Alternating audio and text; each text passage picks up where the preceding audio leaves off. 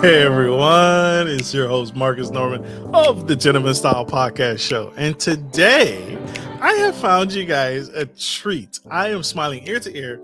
This man I had the pleasure and honor to ask to be a guest on the Gentleman Style Podcast Show. And he, unfortunately for him, said yes. And we are excited. We are blessed to have this man on the Gentleman Style Podcast stage. I have coming to the stage Mr. Ken Childs, a licensed private investigator out of Los Angeles, California.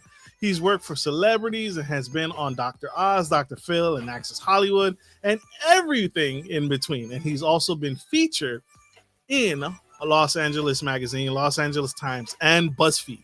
And he has 25 years of experience and has seen it all, done it all, even dove into some crypto bus that he has been a part of himself. So, without further ado, help me welcome this incredible guest, Mr. Ken Childs, coming to the Gentleman Style Podcast stage with the nuggets, the sauce. How are you, sir? Good afternoon. Good afternoon. Welcome to the Gentleman Style Podcast Show, sir. I have been looking forward to this conversation all week. You can tell, right? Thank you. Yeah, I hope I live up to my intro. The intro is all you, sir. You have done the incredible work and spent the time and dedicated years of your time building out your resume. You are a true, incredible man. So I appreciate you. I want to dive in a little bit and start with the basics, right? What led you down the path to become a private investigator? What was a personal experience that led you to become what it is that you? I'll tell you. I've been looking for this position all week on on Indeeds, right? I've been trying to figure out like how do I become a PI? Can you share what led you down the path? What life experiences, if any? Yeah, so back after I graduated high school, I was kind of doing, maybe what most people do, a little bounce around, part-time job, college, and it just wasn't working. I wanted to get my degree, go into law enforcement, and one morning I ended up meeting a handful of private investigators, and they just liked me out of the gate. And after a little bit of chatting, before I knew it, I was hired, and I ended up working with them. Absolutely. So they saw. Well, what do you think they saw in you? Was it the way you ask questions? Was it the hair? What do you think they saw about you? You want the raw story? I do, please. So I was working in Old Town Pasadena at a bar doing, like I said, I was doing the bar thing in community college, and this guy walked in, and it was like Sunday morning football, and the guy just looked roughed, right? Like tattoos, like cut here and teardrops. And I thought, oh boy, here we go. Let's see. So he's already drunk, and he just rolls up on a girl, like real aggressive, and he's all over her. And I just try to do the gentleman thing, right? I just kind of like slid in, like wasn't paying attention to him, and like slid in, was like, hey, got you. Try to like kind of be a little subtle about getting her out of there. And, obviously I wasn't subtle enough because the guy stepped up and like gave me a shove. And honestly, I just choked him out. I just like grabbed him into a chokehold, drug him out the front door, and threw him in the middle of the street. So when I came back in, there was like a handful of guys that were like, wait a minute, we got to talk to you. If this is how you can handle yourself, you're going to love this. And after a couple minutes, they convinced me to go ahead and give it a go. And what I found intriguing about it was the fact that I could still kind of get like a little bit of justice, right, for the small employer, someone that's going through like workers' comp claims, or maybe someone going through like a divorce or something. So I kind of felt like, wow, that to me, almost that instant gratification, that legal play was kind of what like drew me to the industry. And after my first day, I was hooked. Absolutely. Were you ever fearful of your life? I mean, that one guy, that one instance, you clearly sized him up, right? You clearly just, you looked at him, you scoped him out, you looked him head to toe, and he's like, I could take this guy if anything goes south, right? Which is, and then you defended that young lady's honor, right? Or no? Am I way off here? Like, Stress, man. Like I was 6'2", like a buck 45, like on a on a sweaty day, man. Like this guy, he wasn't playing. But I think the only reason why I was able to manage this guy so quickly, I mean, I've done martial arts forever, but like he was drunk, so I blew right through him. Just bam into a choke. He couldn't, you know. he couldn't see it coming. He couldn't take it. He was too intoxicated to ever like Right. respond efficiently. Right. It was that perfect combination of him being drunk enough and me knowing just enough that it worked out. Absolutely. Look at that. Look at that. And ultimately, did you get the girl? Did you ride off into the sunset with the young lady who you were defending, or no? No, man, it wasn't like that. But like, she was very thankful, though. Yeah. Absolutely. Absolutely.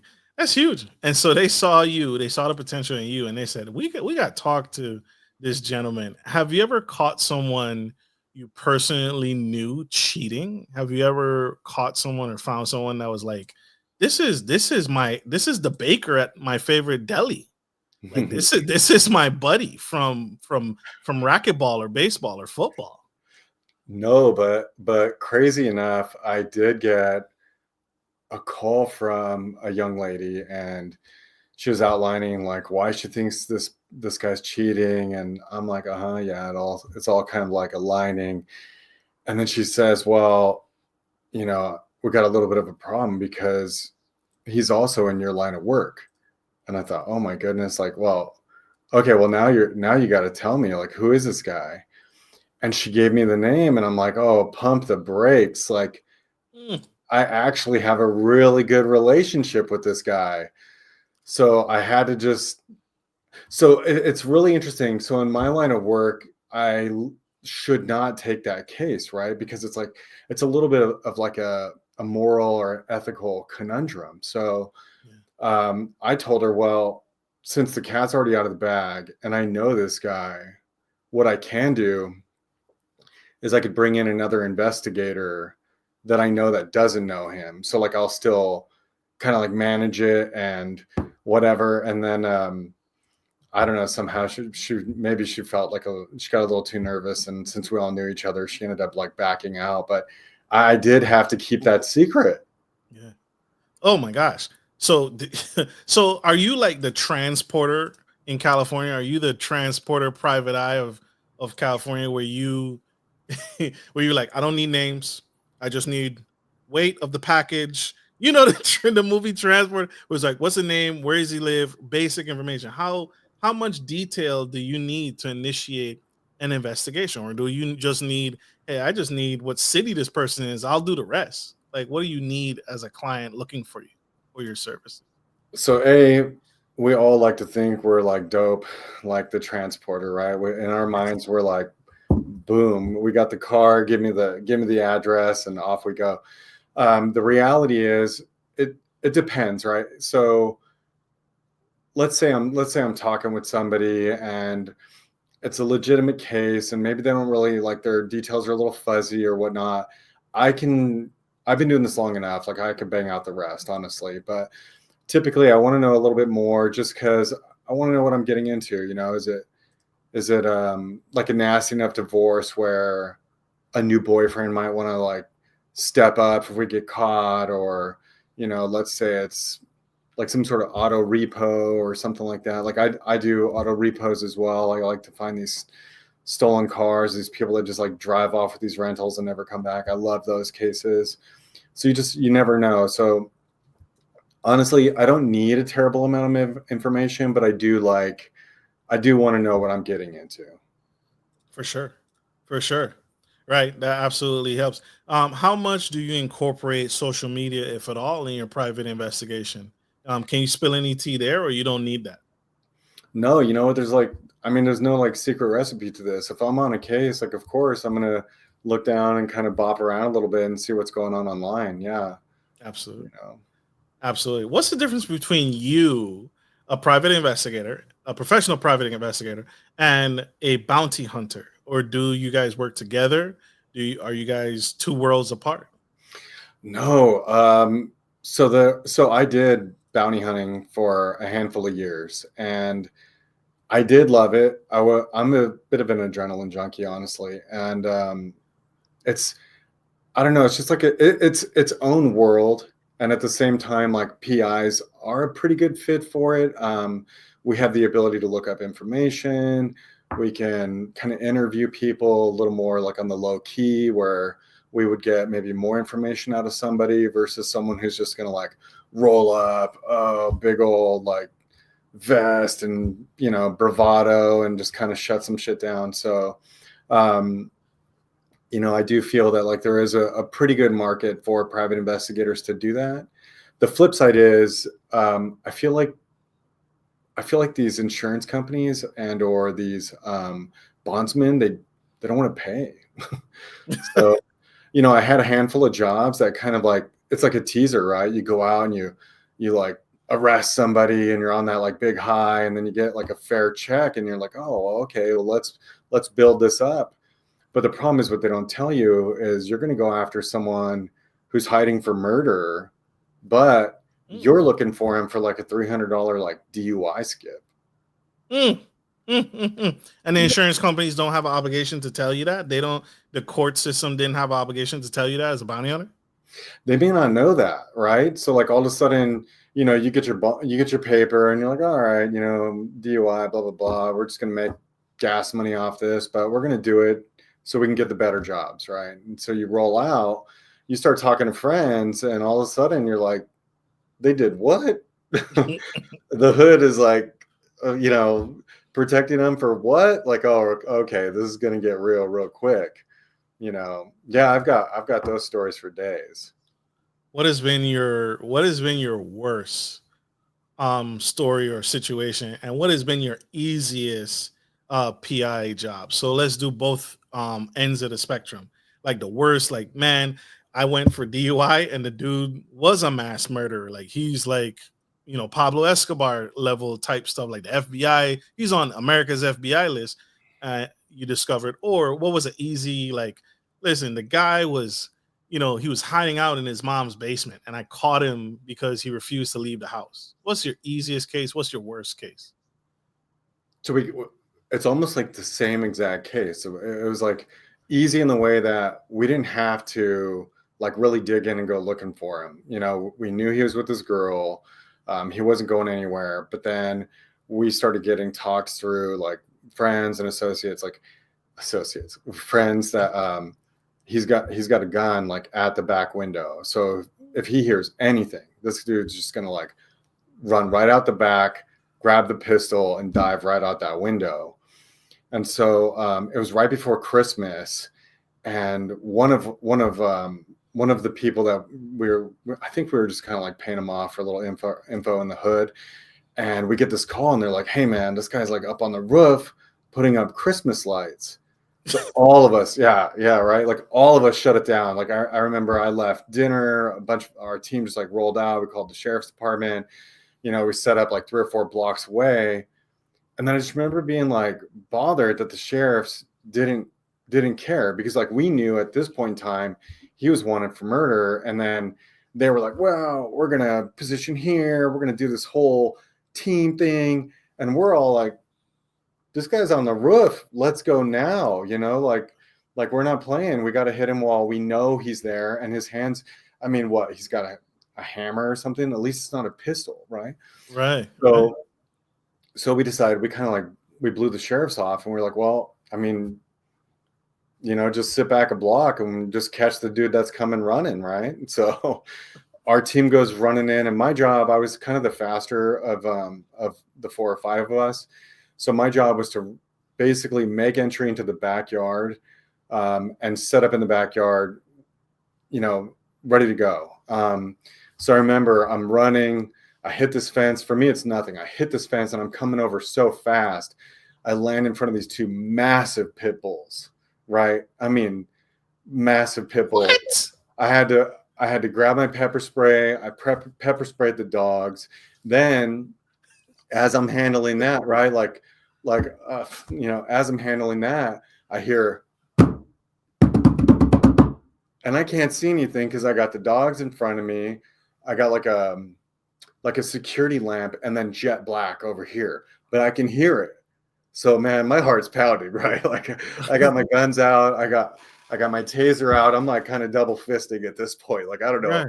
what to do. And so as I'm kind of making my way around the backyard, I poke my head over the gate, and as I poke my head over, he makes it over the next gate. So it's like right on TV, man. I'm hopping, he's hopping. I'm hopping, he's hopping. So now we're about like 2 blocks out, and now it's like a cat and mouse game because I got my team. They already cleared the house, and now they're making their way through the neighborhood. Right? We're pretty sure it's him. Who else is going to come flying out of this house? So eventually we find him. He's like hiding under a car. We cuff him. Like everything's all cool. And this was the one guy I'll never forget. Like we have him cuffed. We got his feet cinched with zip ties, and he's still like this guy was. He knew he was going away forever, man. So he was biting, he'd headbutt. Like I'll never forget him. I had to pick him up like a sack of potatoes. I had to throw him over my shoulder, to keep this guy from like just. I mean, he was bucking and kicking. He wouldn't stop. And so that's when the sheriffs rolled up and were like, "Oh, we'll take this gift. What? Thank you all for the hard work. We'll take it from here." What? After no, sir. So Yeah. so who's senior? Who's senior on that case? Because you said you guys like listen. You guys taking forever. You waiting for this guy to roll up. You're waiting for to call his mom. We got the guy on the roof. Who takes precedence? You don't have to. I take it. Your team is private, so you don't have to. You don't have to wait for the sheriff because Right. you have the court order already in pocket, ready to go, authorizing you to make an arrest at any means necessary. Yep. So the sheriff doesn't supersede your authority or that authority. If they wanted to, yeah, they certainly have the power. But like at that point, like you said, it's basically like the bond is what gives the bounty hunter the power, right? It's think of the bond as a contract. I'm Ken Childs. If I screw up, I'm signing off all rights. Come and get me. So that's literally what gives them the power, and some like 1930s and 50s like antiquated laws that allow bounty hunters to do what they do. But when the sheriffs step in, it's almost a little bit of a gift because you still got the guy arrested, and that's all good. You're going to get your money. So at that point, fine, take him. Then I don't have to go through processing. But you don't get paid, right? I do. You do get paid. You do get paid. Yeah. Oh, you still get paid because you caught them. Yeah. And the sheriff can, I guess, vouch for you guys saying, yeah, they did catch him. Well, it's going to be that he was arrested while we did it, and after a couple phone calls, all that, everybody gets it that you were a part of all that. Super dope. Yeah. Slick, my hero. You know what it was looking back? The sheriff guys were like, "No, let them go chase him down. Let them get shot at. We'll be right here." So for our audio listeners, right? I'm looking at this gentleman here. He's jacked, right? He's ripped. They're like, how much do you bench press? Me? Yeah, I do. I don't bench anymore. Like that's a young man's. That's a young man's thing. Well, he looks good. He looks good, y'all. He looks like I wouldn't dare mess with him, right? So I can imagine. I'm picturing him and his team, right? Ex-Navy SEALs types, and then I'm looking at Potbelly, police deputy chief that got donut crumbs running from his beard, right? Like he doesn't want to chase the guy. He doesn't want to jump over fences. He's not doing that. It's literally like let them handle it, right? That's how I took it. Like afterwards, it was like, oh yeah, that was kind of obvious. Absolutely. Incredible. I want to ask you something personal. This is a relation to dating, but who cheats more that you found in your 20 plus years of experience? Is it men or is it women? Who hires you the most? I would say it's pretty 50-50. It's 50-50. Really? Yeah. Back in the day when I first started, it was always the man getting caught dirty, right? It was always like, oh, here we go. Okay, like I got it. And then now I think just like sex is kind of a little more open. I think that maybe from COVID, people were looking for like much more of a connection, right? Everybody was kind of a little bit lost back then, and they're working out whatever they had to work out. So I'd say today, women are in power. They're executives kind of running they're alpha dogs now. So I'm feeling it's pretty 50-50. Absolutely. There you go, ladies and gentlemen. It's 50-50. So men are hiring private investigators. Men are hiring uh, uh, Mr. Childs and his company fairly often. So I was trying to see if I thought it was mostly women hiring you the most. That's what I really thought. Do you feel? Go ahead. Sorry. No, I was going to say, like, I feel like it's 50-50 across the board. Like marriages, I think it's 50-50. Dating, definitely 50-50. These Absolutely. girls in LA, oof. Absolutely. Well, yeah, that's true. That's a great point. Especially in LA, you got a lot of high profile, a lot of Hollywood, right? Hollywood people, you know, Hollywood people are finding you and saying, "Hey, I think my wife is doing some dirty stuff, man." I remember listening to a famous comedian who was trying to be served papers, and I guess you don't do that, but We do that. the wife, the private investigator, basically looked up his tour schedule and found him that way, and that's how they caught him, was doing a comedy show because his tour schedule is public and Yeah. you can't hide that. So I feel like that'd be an easy cut and dry. Okay, let me just wait for him to show up at his next gig, and I'll bust him right then and there. Unless it's Floyd Mayweather. Oh, why is his stuff undercover or what? No, Floyd, like, I don't know, maybe everybody's trying to get a piece of Floyd, but yeah, I've heard stories of people serving Floyd. I've been hired to make attempts at serving Floyd, and it's like, please, this guy's got planes everywhere, man. Like, track the planes. That's how they served him. They tracked the planes. They found him at a club, and then, man, it got confrontational real quick. Because Floyd, man, he's rolling deep, and not only can Floyd take care of himself, His team, his yeah, bodyguard. yeah, So you're not just you're trying to get through his staff, his personnel. And if yeah. you It all depends. Like, I mean, this isn't like, I don't know. This isn't hot potato. They don't have to like touch the person. They don't have to like hold them. It's like, yo, Floyd, and if he turns around, like, what's that, player? You're like, been served, got you, and then you get your butt out of there. okay, That's official. Like so it don't that. have to be physical. No, it doesn't have to get physical. I don't know why people. I don't know. I enjoy those that are gonna get physical because I could outrun them, right? I don't need to stand there and get all. I've only had 2 or 3 get like real close. I mean, there's a little chest bumping every once in a while, but I've only had like really one serve get hands on. And the crazy thing, it wasn't even for him. It was like some security guard. But what ended up happening was I was looking for someone famous, like a producer, and the little no-name like kind of storefront was like a massive production company, and their driveway was open. So I'm like, Walk I'm just in. gonna go, yeah, I'm just gonna walk in. So I go walking in, and as I'm turning the corner, I get met by this Marine. It's like a real tough kid. I'm like, oh, okay, fine. So I'm like telling him what I'm doing. I'm just like, I mean, I'm not giving him the full detail. I'm just like, look, I just got a little job. I just need to peek my head around the corner. I'm looking for this guy's car.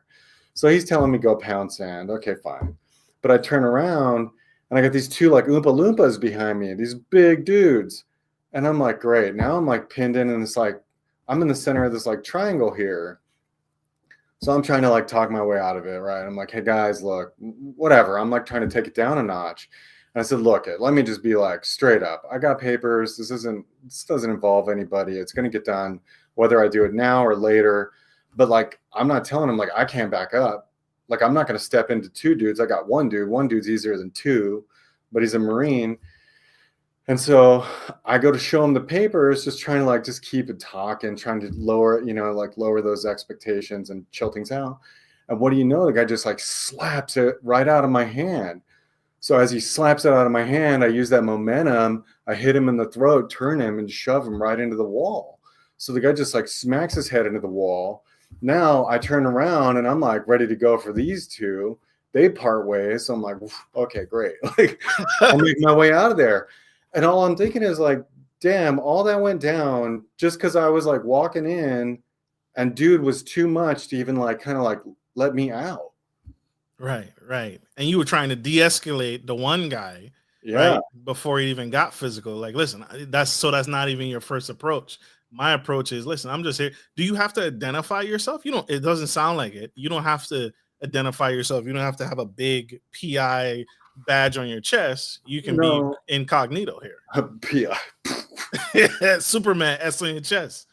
Right. No, I mean, I I kind of work with like kill them with kindness kind of thing, right? Like maybe at first I may not come all cool, like, but I'm smiling, I bop around a little bit and I'm trying to keep it easy.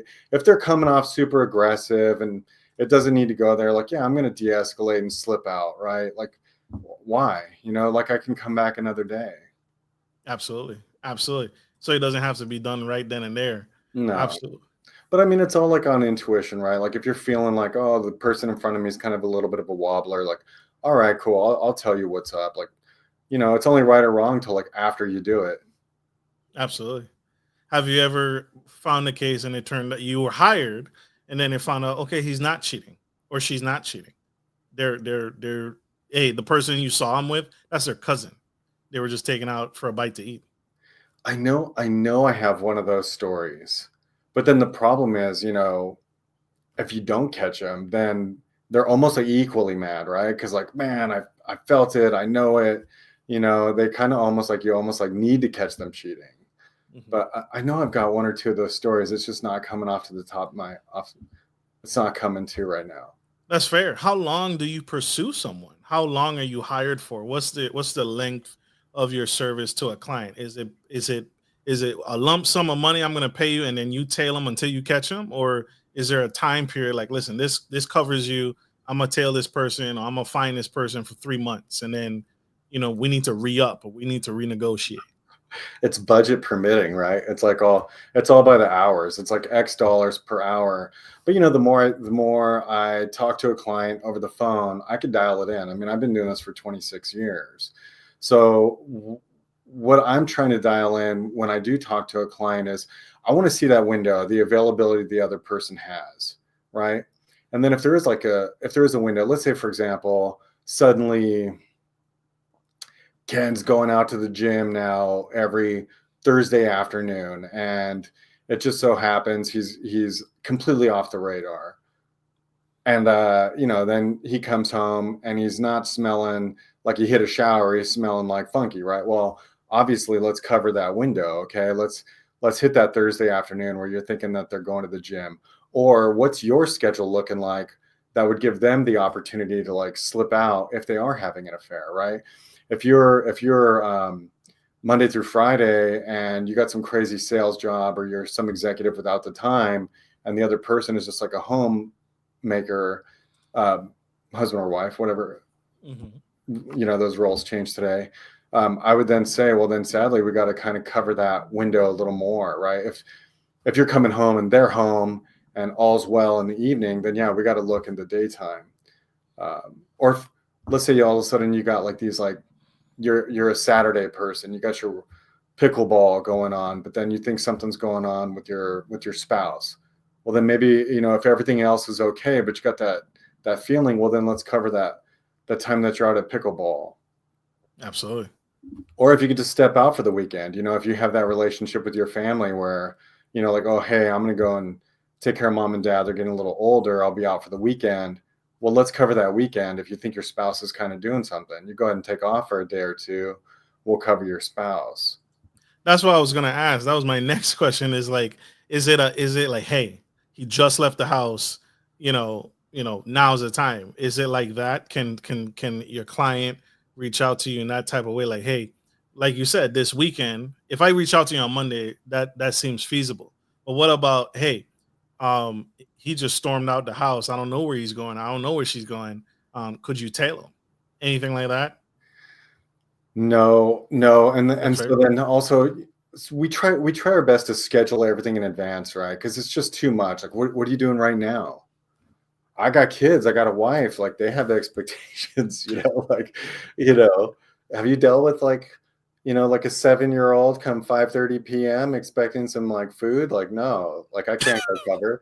I got to get my own coverage to then like take care of those things for you, So I do my best to like schedule everything out in advance. if we can take on some last minute, obviously we'll jump on it. If it's some celebrity client, like, yeah, we'll definitely, or an executive, like we'll definitely do what we can to make it happen. I do have colleagues I could reach out to, but I would prefer to schedule things in. But then, like, once I'm on the job or once my business partner's on the job, we're very accessible. Okay. Yeah, Perfect. And that's fair. emails, like whatever. I may not respond. Sometimes, and then if they're like really very, very intense, then I'm going to try and scale them back. Like, I don't want them blowing the job or getting a little crazy and distracting. I look up, their car's gone, like, so it's all a little bit of a balance between, like who you're working with. That's fair. What? I guess I should have did this earlier, and forgive me. This is Mr. Ken Childs, y'all, spilling the tea on Gentleman Style Podcast. His company, Paramount Investigative Services, peeling the layers back. Your private investigator to what's going on. And I should have did this earlier. What constitutes cheating or qualifies cheating for your company? Because there's different levels. There's emotional cheating, and then there's actual physical, tangible cheating. Do you cover the emotional cheating aspect as well? Like, listen, we pretend like I heard this on a Judge Judy case where the guy was cheating and he was caught because the PI made a female Facebook account and then pretended to like flirt with him and, hey, can you take me out to dinner? Can you meet with me? Like, what do you constitute as cheating as far as qualifying for your company and your services? For me, it's about the lie. Like, think about it kind of almost like a fraud case, right? To me, it's the lie. Because let's say you have a spouse out there and they are like, let's say they're really methodical and they end up like not meeting with somebody. To me, it's about them going out and not being truthful about like where they are or who they're with. Even if it's somebody even if it's a coworker that they're not having an affair with, well then, but like, why did you lie that were supposed to be out with friends, but then, here you are With at this dinner. woman. Yeah, like, to me, it's about the lie. It's not necessarily like that it was going to go and be intimate. Like, why couldn't you tell your spouse? That's a fact. Why couldn't you have just been upfront to tell her, hey, I'm going out with a coworker? Yeah. Which I kind of got my dad in trouble this past summer. Because I asked, I said, Dad, what would you do if a coworker was making you lunch, right? And he looked at me was like the Google eye, like, why are you asking this? Right. But that's a form of it, because would you tell your spouse, hey, such and such is making me lunch every day? Is that a problem, honey? Is that a problem there? But that could constitute cheating.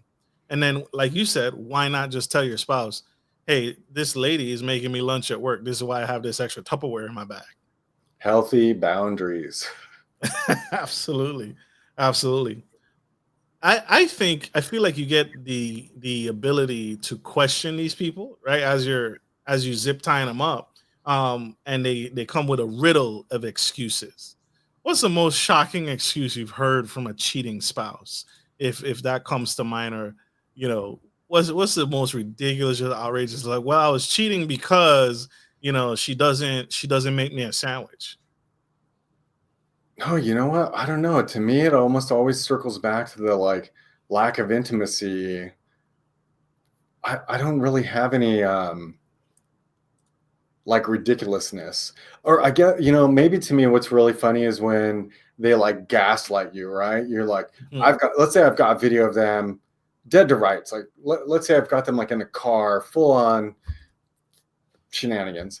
And they're caught, and then the spouse will come back to me and just say like, well, they then were like mad that I was watching them. And it's like, stand up for yourself. Like, come on, we've got this. It's exactly what it is. How are you still entertaining all of this stuff? Right. Have you ever felt sympathy for someone, for a person doing the cheating? Like, man, bro, you really didn't need to do this. You got a beautiful wife at home. You got a supermodel wife at home. Why are you doing this? Like, your wife is America's next top model, and you're cheating with the girl down the street who works for the post office or something like that. Like, have you ever had sympathy or felt compassion towards someone that you just caught cheating? I do, like, with almost like every case, honestly. Sure. I feel for them. Like, clearly they got some things to work out, right? Absolutely. Absolutely. What's your take on polyamory or open relationships? I guess they wouldn't be hiring you in the first place. Does a couple, like, you caught them cheating and then they're like, "Oh, let's switch and just say we're poly." Um, do you feel that would reduce cheating or mask it? I don't think so, because like how many people can like sustain that, right? Like, you're only human, and then so you're going to leave me to go be with someone else that can scratch that itch that I can't. And you know what I mean? It's only going to like go, so there are only so few people that could actually like navigate those waters. Absolutely. That's fair. That's fair. That's absolutely fair. Huge. I love you. This is dope. This is absolutely incredible. This is why you see you see why I had to invite this gentleman on the show to ask these questions, because I knew a private investigator existed, but I didn't know. I never got the opportunity to know, like, what makes a private investigator. What? And I think I get it. There's a little masochist in you, right? There's a little like, I love this, Oh like to yeah. be able to post up with someone and say, "Listen, man, I'm trying to peek around the corner." Like, you have to really thrive in that, because that's high energy. That's high. That's high. I forget the hormone, but that's high adrenaline pumping. Like, your heart's racing, even Yeah. though you're doing a what can seem like, oh, I'm just trying to check and see if this guy, I got a bounty here for DUI, right? That's adrenaline rush, man. I Oh I, yeah. I totally feel it. Do you are you what do you have on you? You got zip ties, you got handcuffs, and you got because of the dogs, you got pepper spray. I don't do that anymore. That's a young man sport, or maybe I shouldn't even say that, but like I'm out on the bounty hunting stuff. It's just Okay. the dollars didn't make sense. The like rush was there. It was great. So today, what I carry, honestly, is all my camera equipment.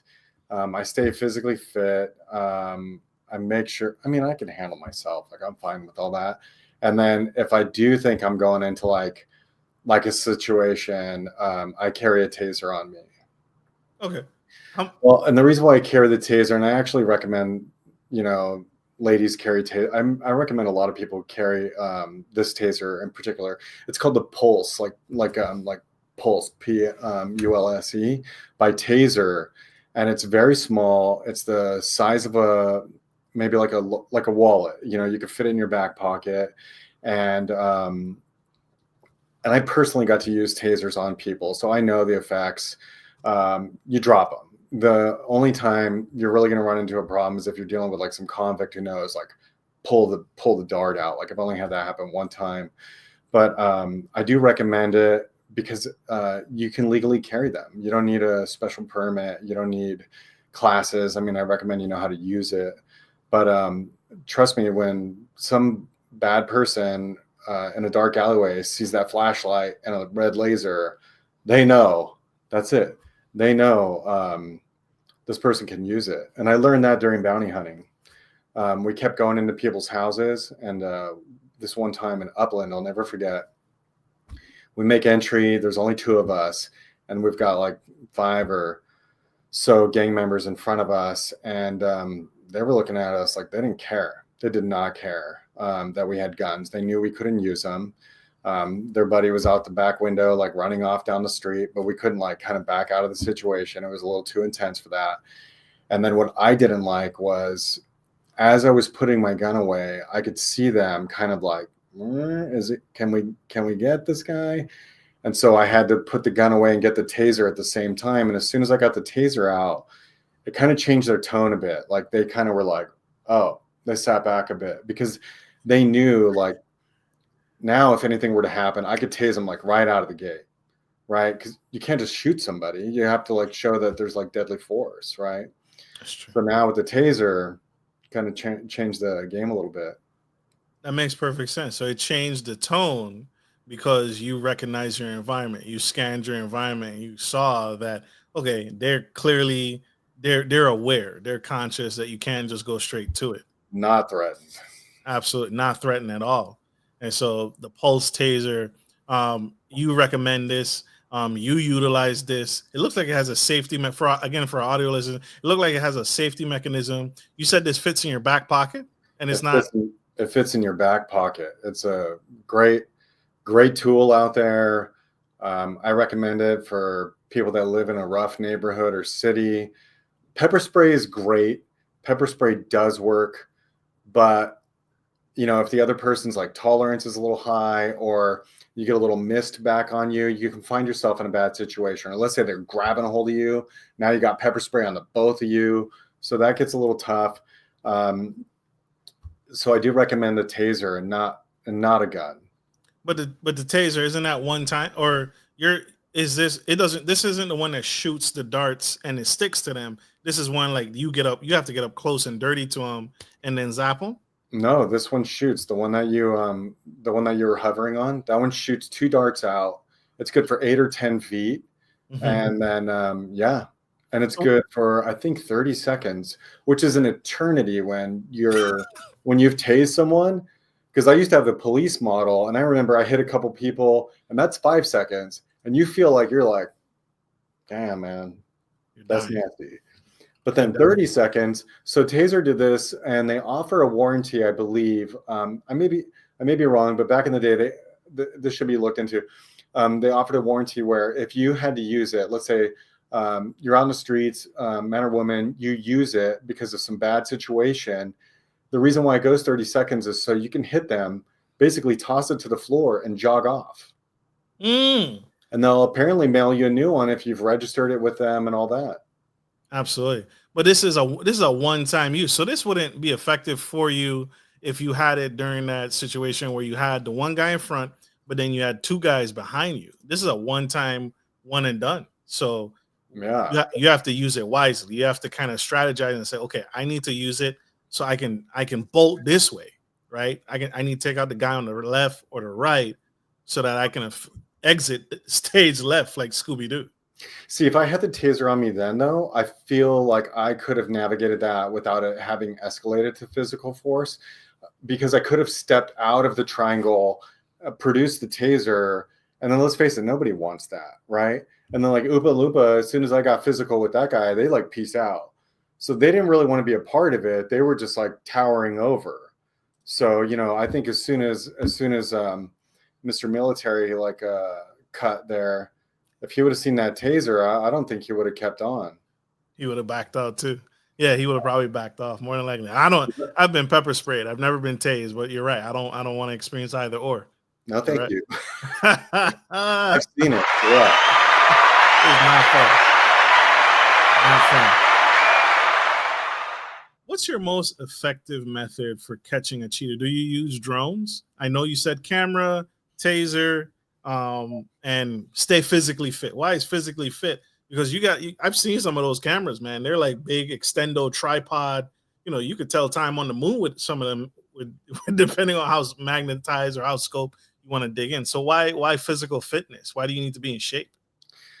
For me, it's about I don't know. Let's say something happens. You're getting confronted, and half the time it's not even going to be the person that you're watching, right? It's someone seeing you watch the other person because you're so laser focused on capturing this video. Like I can't navigate like all of this. And let's say someone else catches me. Well, they may not like what I'm doing. They just see me with some camera, and they're probably not even paying attention to that. So it's about being mentally and physically fit so you can either A, get out of there, or B, if they're just like so aggressive and you can't get out of it, then like you need to be able to take care of yourself. Absolutely, absolutely. There are stories, like countless stories on private investigators getting caught and like drug out of their car and beaten and sent to the hospital. It's like, whoa. That is wild. Yeah. That is wild. That is incredible. Huge, huge, huge. What do you recommend to someone who is on the fence. They're debating on whether they should move forward in hiring a PI, or they have doubts about a PI. What's a common myth that you hear from people about private investigators? Oh, don't do it. You know, do it. What's a common myth that you'd like to debunk right now for someone who's on the fence about hiring a PI? I don't know. That's a good question. Like a myth about hiring a PI. I mean, there are myths about our capabilities, obviously, but I don't know about a myth about like necessarily like hiring us. For me, I'm very pro hire, obviously. But I would say if you're on the fence, if you doubt it, it's worth taking a step back. Take a step back, reassess where you are. Like, what are you really seeing? What's going on? And then maybe why not run it by a PI and give that investigator a day or two, because it's kind of no harm, no foul, right? Like, and at least at that point, you can then take that information, whether they're out there cheating or not, and you can take that and process it for yourself. Mhm. So, like for me, it's not like a myth. It's kind of like there's almost like no downside to hiring a PI to see if your spouse is cheating. Absolutely. What should someone bring when considering hiring you um, for a job site? What should they have already in hand, or should they have emails? Should they have pictures? I know. I'm backtracking on the question I asked you earlier, as far as you know, what little information, but what should someone have prior to booking a consultation with you or a member of your team in advance? What can they already do the back work on and Yeah. provide you to make it easier? I'd like for them to think about their scheduling, right? Their scheduling, their spouse's scheduling, the opportunity on like when they believe the other person would have the ability to go cheat, right? And then I want them to take a step back and think about like maybe something just like aligns, like, oh yeah, Tuesday afternoons they're doing some book club, and and they're gone for 4 hours, and but yet their phone's off, or you've noticed that your your homemaker is just like not available, you know, Thursdays between this time, and by not available, typically they respond back pretty quick, and then just you've just noticed there's this like strange window. They just do not respond. So I would like them to think about those things. And if they don't have it, that's fine. Like I could probably pull that out of you. Um, so I want them to think about that. And then I need like, the name, address, phone. I need some pictures. I want to know what they're driving. If they think they know who the adulterer could be, like that may be helpful, but not like while I'm watching. Like, that doesn't help me knowing like, hey, she might be stupid Fred. I don't care. Like I'm laser focused on the people that I'm watching, so it'll all unfold. That's fair. I know you mentioned cameras. You don't use drones. Do you ever use like hidden cameras Oh, yeah. in someone's home? Like, do you have that as a equipment? Is that an option? What's your stance on using hidden cameras in It, homes? it is an option. If that's an option that you feel works for you, then great. However, these hidden cameras they're a little cheap. They're from China, so like some, like who has like a 1980s looking like digital alarm clock, sitting there today. But there are some cool gadgets. Oh, actually, now that we're talking about it, there's a basic outlet, a power outlet, and one of them, instead of it being a plug, is actually a camera. So you would remove your power outlet, install this, connect it to your Wi-Fi, and then boom, you've got like a hidden camera in your home that like nobody's gonna spot. That's incredible. I didn't even know that was a thing. So it's outlet and it's Wi-Fi connected Yeah, outlet. That's huge. you just That got is, to figure out like where can you put it that it would see all the coming and going. but it looks like an electric outlet. Oh, it's legit. Yeah, it looks good. You could probably hit it on Amazon right now. And then same thing with like the smoke detectors. The smoke detectors are looking really good today. I feel like they use that in some hotels. Like Maybe. like to replace the camera. I remember, I think I was seeing something where it was like the mirror in the bathroom, and it's actually, it looks like it's like a regular mirror, but it's actually translucent, and behind it is a camera that's actually looking through the glass, looking at you. But That again, sounds like a gnarly like R-rated show, man.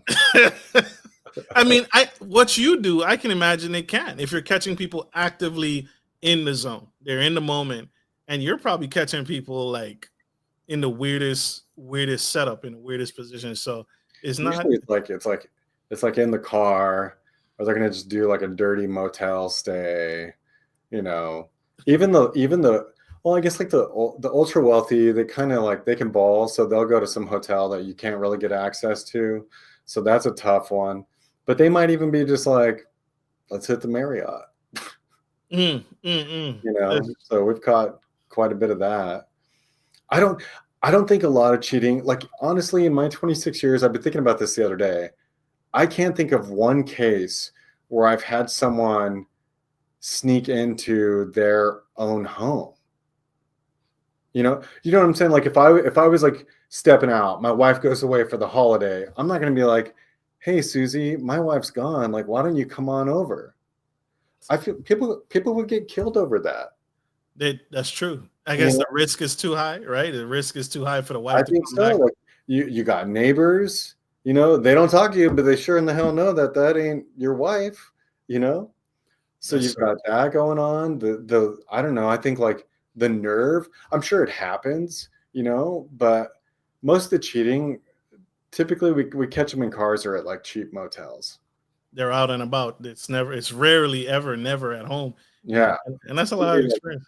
in some parking garage, on the like third level, getting their little session in. Right. It's a quickie. It's a quickie. Have you ever been, I know you probably get threatened all the time, but have you ever actually been sued or for exposing someone? You're gonna make me cry, man. Sorry. Sorry, So, sorry. so recently, what happened was, this is actually like an awful story. This is like a multi-layered story. I was hired by somebody who basically told me in short, hey, I have some old school crypto. It was on a laptop, a couple other phones, devices, and I believe I know the person who stole it. So what I want you to do is look for that person, and then let's get some surveillance on them, and let's see if we could see that device. And he was like, I don't care how long it takes. I'm worth like 700 million, $1 billion, whatever it is. Let's go ahead and move forward with that. So, okay, fine. I honestly, I didn't think we were going to find the other person, and I can't give you these names. That's fair. Actually, I can. Actually, I can. It's all these lawsuits are all public record. So I was supposed to like look for Enzo Zalochi, and so this is like a wannabe actor, wannabe producer. He thinks he's like a Kardashian, but he's not. So, anyways, I was supposed to look for him, and my business partner actually went out and did the surveillance. I took like nothing for a retainer. That's how confident I was in us being able to find him. Like, it's like if this guy's worth $1 billion and he's going to chase you all around town, like that person running is really going to hide. So we checked a couple apartments and we hit one up, and a neighbor says like, "Oh, I'll never forget that guy. He literally had like suitcases and ran out the door, out the like hallway, and never came back." And he's like, "And I'll never forget that. Stood out in my mind." And I reported that back to the client, and everything like kind of died down from there. So a couple of months later, I get this text, or maybe a month later or whatever. I get this text like, "Hey, we got him. Let's do surveillance." So boom, surveillance is on. I had my whole team. We were out there. We did surveillance, and then in the end, there were a lot of other things going on in the background that I was unaware of. Like, he had like law enforcement guys doing things. He had another kind of private security ex-law enforcement guy going around and like harassing and threatening and like, I mean, posturing to beat people up. Like, I mean, it was downright scary. I didn't know any of this until after this guy screwed me over and the job went south. So let's say a couple more weeks go by and I see another person arrive at this guy's house that I'm watching. And I report this back to the client. I said, oh yeah, so this is who shows up. And he's like, I know these people. I know him. They're definitely hacking the laptop. Okay, great. So I need you to rob the guy when he comes out of this subject's apartment. I need you to rob him. I'm like, pump the brakes, man. Like, what? You've been like watching too much TV, you know, like this, it doesn't work like that, man. And besides, the guy that we're watching, this moron carries a gun with him everywhere he goes. So like, I'm not about to get like shot at from above, you know, over some crypto stuff that I mean, it's just bonkers. So I tell him no. I think it all goes well at that point in time, right? I thought it was all cool. He says, okay, well, let's start watching that guy too. Fine. So we start watching the other guy. Long story short, all these other things going on. They like rob that guy. He gets that guy's laptop. The client, who's some crypto guy, he then plugs in. He starts telling me like, oh yeah, this code means that it was connected to my laptop. This code means that they were using this software to try and break it. Bop, bop, bop, bop, bop, right? He's like telling me, like, he's so like proud to tell me. I don't know what the hell he's talking about. Like, I'm not a techie. So I'm like, you know, in my mind, I'm like, man, I need to end this. Like, I got to get the hell out of this. It's gone too far. I had no idea. It's just like one day it just turns, right? You're like, what happened? You know? And that was one of those cases. And so the guy ends up like burning me for a ton of money. And I went ahead and sued him. But because he's some kid worth like $1 billion, he just thought it'd be funny to turn around and sue me back. So instead of like filing, you know, like I forget what it's called just because I'm on the spot, but when they basically you sue them, they then cross complaint back against you, whatever the technical term is for that. So instead of doing that, he files a lawsuit. His girlfriend files a lawsuit. Just completely like nuisance stuff. He had no point. A savage attorney. All this guy's job was to do is just drag us through the mud and just like harm the business and just, you know, consume me, my time, my attorney's times.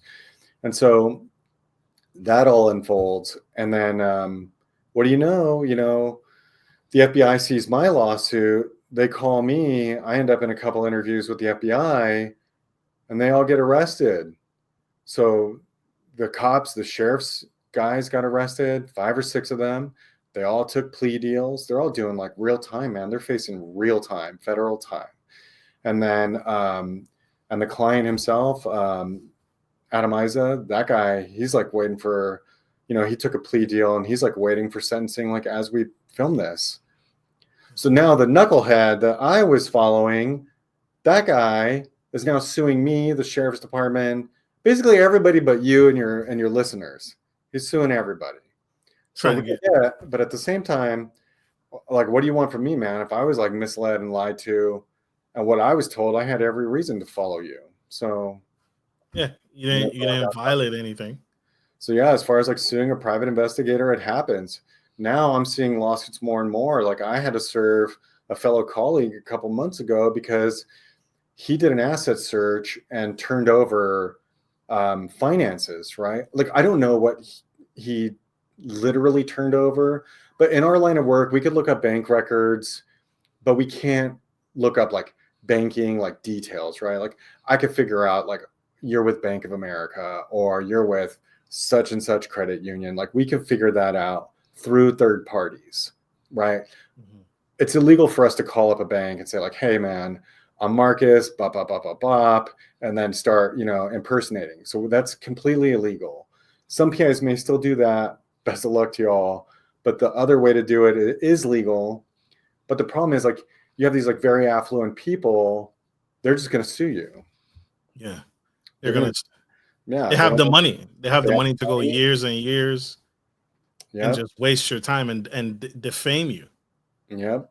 So yeah, if you're Googling private investigators getting sued, it's real. It's happening. Absolutely. That's why we have insurance. Absolutely. Absolutely. Wow. That is hard. That is really tough. And I'm sorry you went through that. I want to say that to you personally. I'm sorry you went through that. That is not easy. I want to use a buzzword here, artificial intelligence. and facial recognition. Does that add to what you do, or does that take away from what you do? Will that be quote unquote what replaces the need for a private investigator going into this new era? Will artificial intelligence and facial recognition replace the need for a private investigator? No, No. no. So okay, so oddly enough, 79 years ago, Google's 10x what you think it is. You used to be able to go into like reverse image search and drop in a photo, and it would spit out that exact photo and everywhere it's been, right? So dating sites, that's how you'd catch like a catfisher, right? Someone saying like, oh, I'm dating this guy, I'm dating this girl, here's their image, whatever. I would take that image, drop it into Google reverse image search, and bam, you would see it reversed. You would see all this craziness. Well, years ago, there was a group that didn't like that. I think they either sued or protested to Google. Google dumbed it down. Mm. They scaled it back. So there are 2 or 3 websites out there where you can do reverse image searches, and they're pretty accurate, but it's nothing like Google back in the day. It was more Google back in the day was more detailed. Google back in the day would spit out the exact image. Today, you put like a man with a military jacket on, and they're like, that's a military man. Here's 9,000 photos of like military people. Incredible. So you're not worried. You and your company, you're not worried at all about being replaced or being phased out. Is it a growth market? Is your line of work growing? Is there more and more need for a PI? Or Yes. really? Yeah, it's a growing market. There are definitely people. Give me 3 seconds here. There are definitely people. There's definitely growth here. Whether you're ex-law enforcement or you have some special needs, let's say intellectual property, right? That's a growing market. Products are being made. Products are being like ripped off in China and or like redistributed out here and in the US in dark alleyways. Like that's a blowing up market. Fake drugs, think about these like fake knockoffs, like a Viagra pill. There's a growing market to investigate that. Workplace harassment. Now the terms like harassment is so broad now, so there's a growing market to do employment interviews and workplace violence threat assessments, and it's growing. Absolutely. Do you find yourself can you leave California or only can do work in California? So we have reciprocity with 5 states. Don't hold me to what those states are because I don't really have a need to leave. And then there are several states that don't have licensing. Let's say like Alaska, for example, they don't have like a state license. But if you opened up some sort of PO box in Fairview, I'm sure they give you a PI license, just some lame stuff like that. The majority of states now do have a licensing board and require licensing.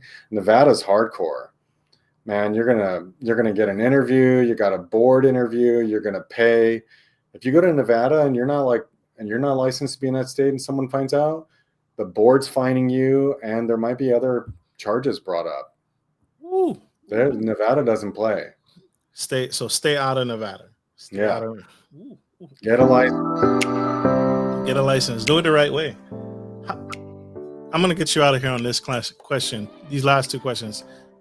Firstly, have you ever counseled a client who, after you did your work, found the cheater? Have you ever counseled a client who wanted to stay in a relationship after betrayal? Yes. Yes, I have. And it's actually a very successful marriage. I mean, to my recollection. So she was cheating, and the wife was cheating was the exact opposite of what the husband was, right? So this was like a very affluent, hardworking, intense, short, dark hair man, and she was with like the tall, sandy blonde yoga instructor. And and so I caught them together. But I ended up having a talk with the husband, and I think I just made him think about kind of bigger picture stuff. And they went to counseling. They opened up Pandora's box, had the discussion, went to counseling. And I remember it was like 2 years after I worked the case, he just called me and thanked me out of the blue, and we talked. Yeah. Wow. Wow. But it doesn't necessarily have to be the be all end all. Absolutely. There are people, there are relationships that can be saved. Absolutely. Yeah. So that's big of you, man. That's very big of you. That's very super of you to even, have that conversation. Powerful. I How care, can man. I do care. I do. See, he's not. See, this is why we have to get him on the show. This is why we sought him out. Sir, how can people connect with you? How can people find you? How can people learn more and hire their PI if they want to? Yeah, if you have any needs in Los Angeles, it's just simply Google Los Angeles Private Investigator or licensed-investigator.com. And that easy, hopefully. Or you could call us at 213-733-3333. Keep it simple. I love it. I know. Love it. I want to say this to you publicly, sir. Thank you for what you do. Thank you for coming on the show and giving back in this way. This is absolutely helpful. Do you have a book? Do you have a PI private investigator book? I have a couple books. They're on Amazon. Basically, it's how to become a PI, and it's my story. You get the real story of like how I got into the industry, and then kind of those like forks in the roads, So if you're thinking about getting into the industry, kind of like, oh, okay, at this stage, what I'm looking at this and or that, and like kind of the route that I chose, and I ask questions so that way these people aren't just like coming in blind. Absolutely, that's helpful. All right, y'all. We gotta let this incredible man go. He has many more lives to change. He and his company are incredible, and they're doing unfortunate work, but necessary work. This is why I say, don't cheat, y'all. Or Paramount Investigative Services is coming for you. We're coming for you.